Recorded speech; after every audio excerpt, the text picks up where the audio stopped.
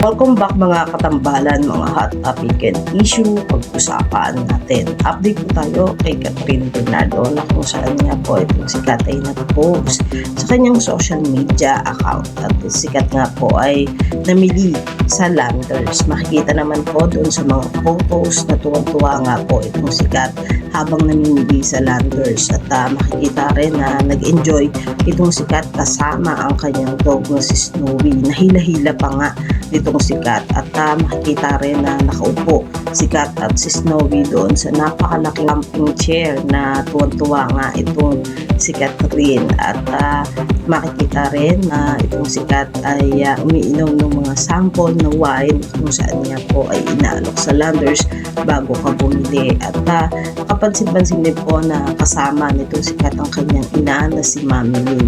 Sa isang photo nga po na inilabas sikat sa kanyang social media account ay kasama din itong sikat si Tatay Ricardo o si Cardong Kumpo.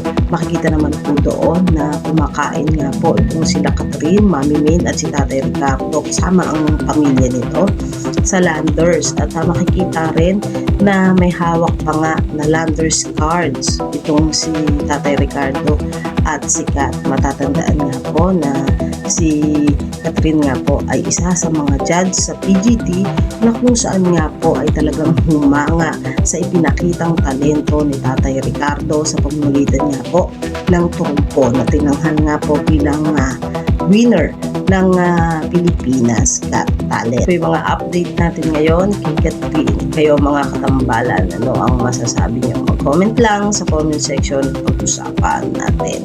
Yan ang mga hot topic and issue dito lamang sa Tambalang JK.